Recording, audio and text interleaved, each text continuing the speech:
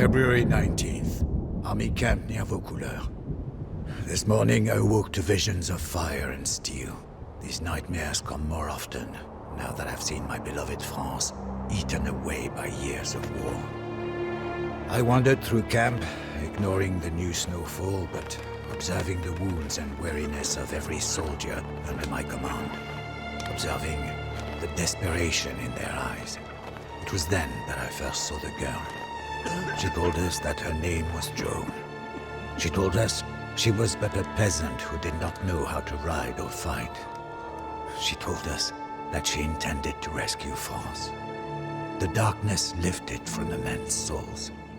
Her voice rang with conviction, and we drank in her every word.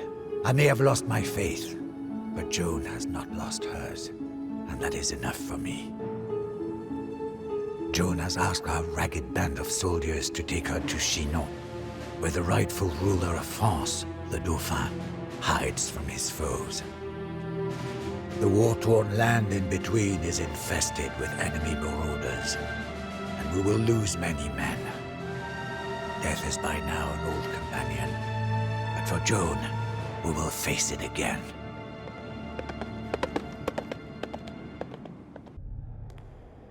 As Joan's footsteps echoed down the marbled hall of the chateau, the fat and whispering dukes did naught but stare. The Dauphin himself seemed afraid as she kissed his feet. "My gentle Dauphin," she demanded. "Why does England claim what is ours? Why are you not crowned King of France, as is your right?" The courtiers began to murmur. The Chamberlain whispered lies into the Dauphin's ear. But the Dauphin pushed the Chamberlain away and rose to meet Joan's gaze. She stands only to the shoulder of the shortest man, but all of us must look up to speak to her. I know not what silent conversation passed between the Dauphin and his would-be savior, but it was obvious that His Majesty was in the same thrall as we.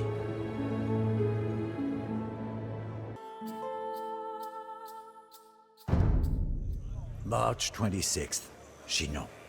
It is one thing for a band of dispirited soldiers to put their trust in a teenage girl.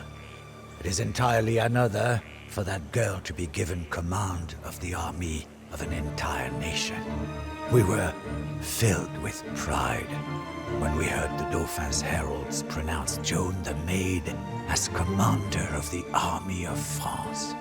So that she may look like a general, the Dauphin presented Joan with a great war horse and a suit of white armor. Joan instructed me to look for an ancient sword buried beneath the altar of a local church. I was skeptical, but not only did the man unearth a rusted blade, but we found that the sword had belonged to Charlemagne, grandfather of France. I shall not doubt her word again. Still visible on the hilt was the fleur-de-lis.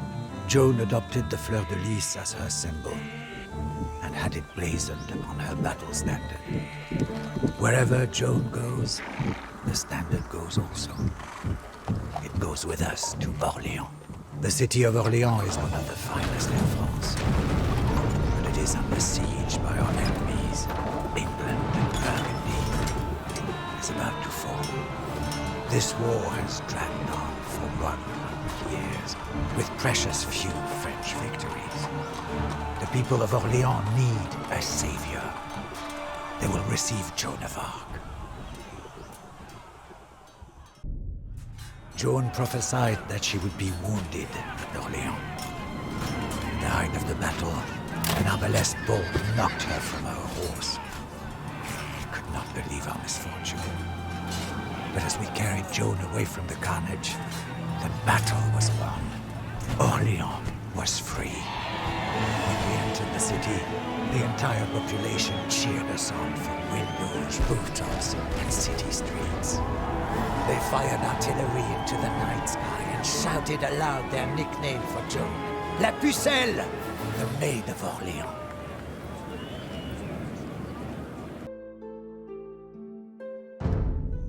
June 14th, Orléans. Our rescue of Orléans was a setback for our enemies, but only a minor one. The English still possess half of France. Tragically, we have cooled our heels for weeks, while the Dauphin's advisors debate. Joan became irritated with the delay and reassembled her army. She talks of nothing but her mission to drive the English into the sea. The force of Joan's will is titanic. She has gathered to her banner swearing brigands and knaves and turned them into patriots and heroes. Among them is the man Laïr, a giant clad in plate mail. He drives men on with curses and fists. There will be plenty of English necks for Laïr to break at Patay. Patay is the gateway to the Loire River Valley. The English hold the Loire in a grip of steel, whilst a huge army under Sir John Fastolf devastates the countryside. Joan leads us to Patay to capture the English castles. However, we must avoid Fastolf's army until we are strong enough to face his veterans. After Patay, the myth of English invulnerability was dispelled. Now, our army knows it is possible to win, but only if we are resolute and cunning. The English are a most deadly enemy, and their longbow men have decimated the charge of French knights time and time again. To make matters worse, we now face enemies on both sides. The Dauphin's advisors spend more and more time wrangling, jealous of Joan's influence at court. I pray that Joan can complete her divine mission before the Dauphin's envious advisors betray her.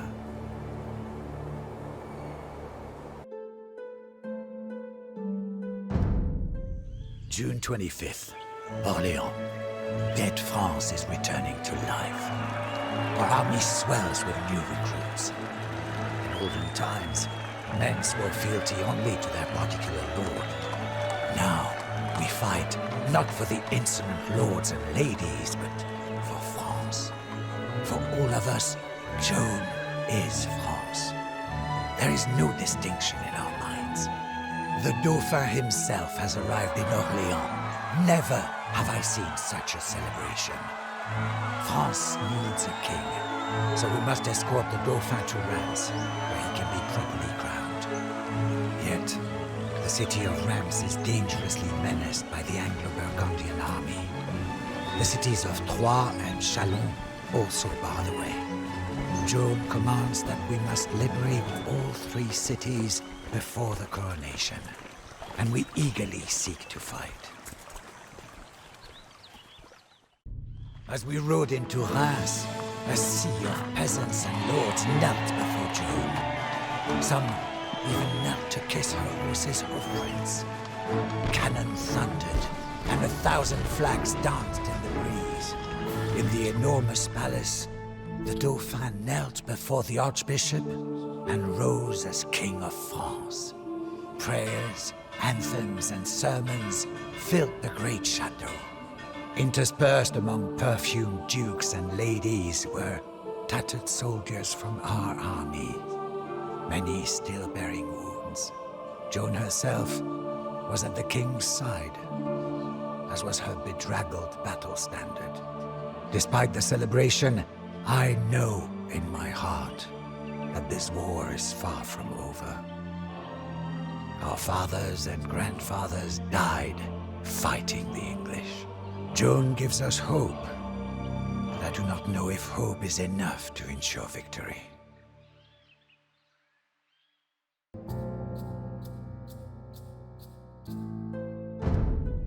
September 3rd, Reims.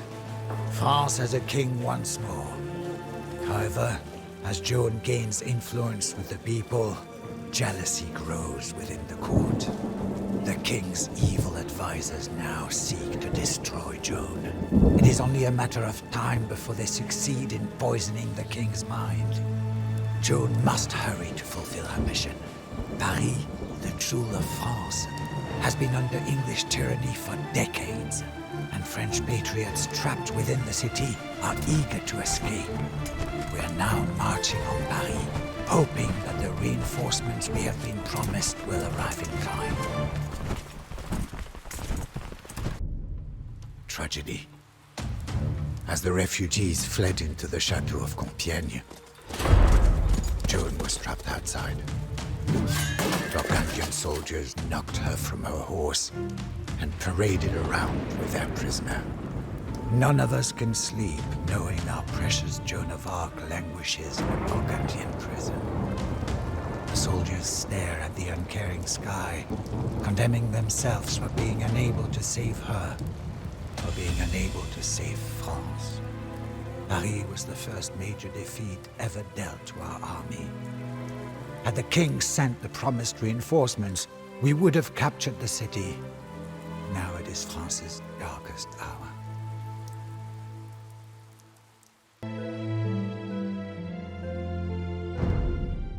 July 14th, Bordeaux. No Joan of Arc. A rich world made empty and poor. The English put her on trial as a heretic.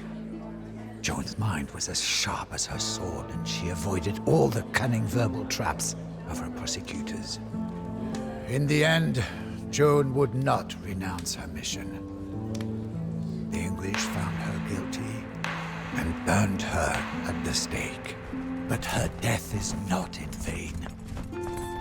La Pucelle is the rallying cry as peasant and nobleman alike take arms.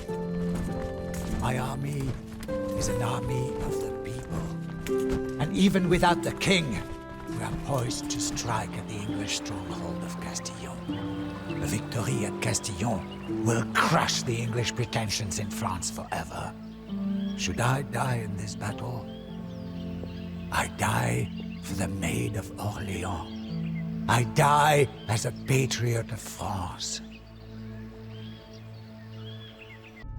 A century of English toil, blood, and victories was reversed in a little over a year by a teenage girl.